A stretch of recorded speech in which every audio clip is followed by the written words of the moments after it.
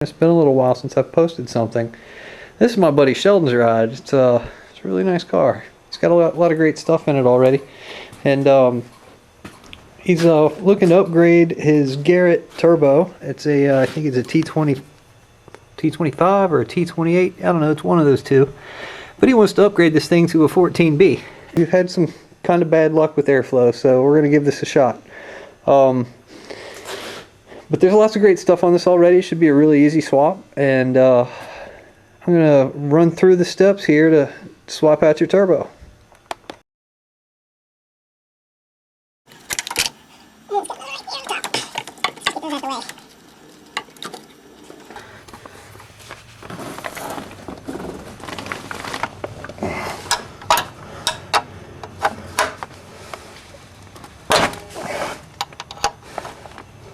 Alright, so that's loose.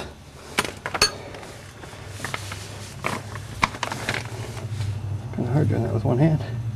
Loosen the bolt a little bit. Oh, catch can ready to go. And when it starts to come out, he's going to come out.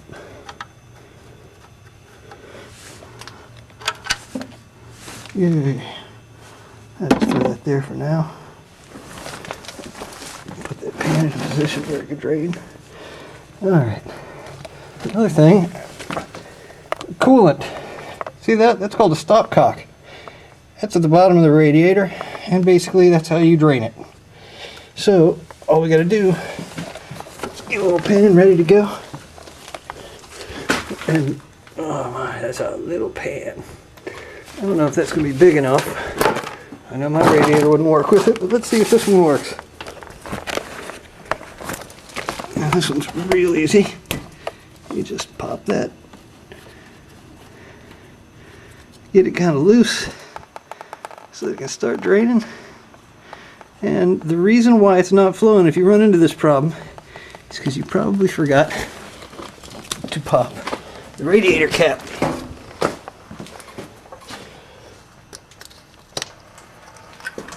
And now we're in business. So anyway, we're going to let that drain.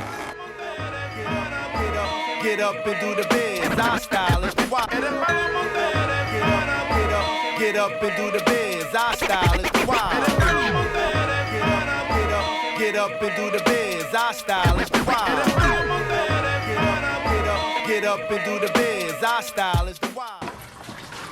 Disconnect the radiator fans. I think that's it for that side. And over here we've got this connector that comes all the way around and connects right there.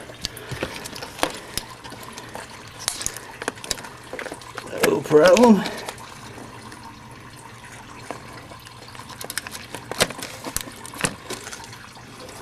Got that. Alright, so we got our boost controller zip tied here. That'll have to come loose.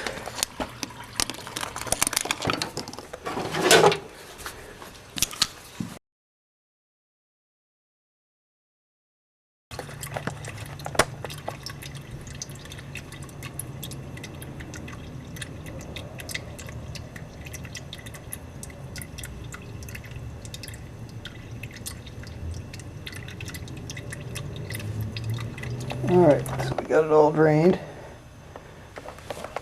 What you want to do is shove this over underneath the dip and the cross member right there, so that it sticks out a little bit on the other side of the cross member, because we're going to be leaking some more antifreeze here in a minute. Looks like that's well sludged. And let's put that plug back in.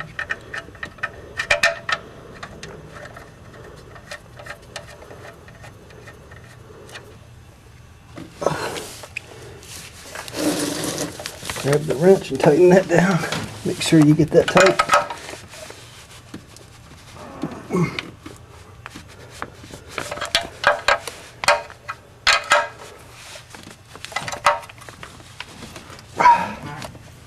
It's nice and tight. Hey, Sheldon! What's up, man? Oh, no sweat, bro. I'm glad you're here. I'm having fun. I know it's probably a real pain in the No, not at all. This is a piece of cake. So anyway, this little thing right here, if you get in here behind it with a pair of needle nose, you can push the little tabs in and pop those connectors out so that you don't wind up breaking them and snap them back in. So be careful with your connectors. Alright, let's push that out the way. Pull that out the way. Grab this lower hose. And the radiator comes right on out. Alright, see all this room we've got to play with now? See, that's what makes it easy, is to get the radiator out the way. A 7/16 line fitting wrench. Imagine that. You tried? You got one?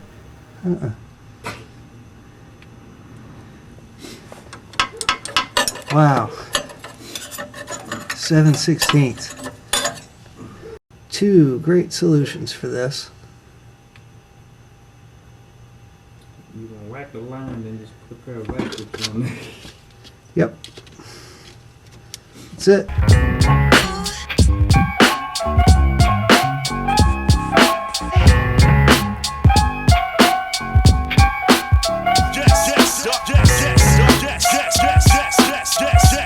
Down is duck something for all you suckers.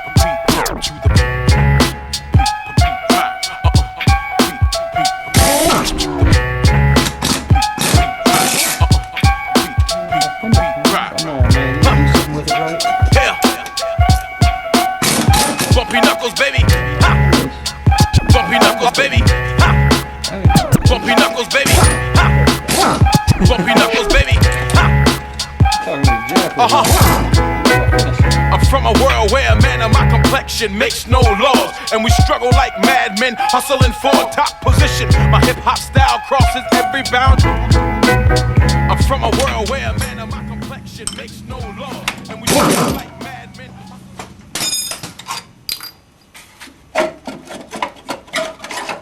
Nope. There's the turbo. Alright. So we can go set that thing over on the workbench and see what's up. Ooh. That's not good. I think we just figured out we've been having trouble with that. Wow. A jag.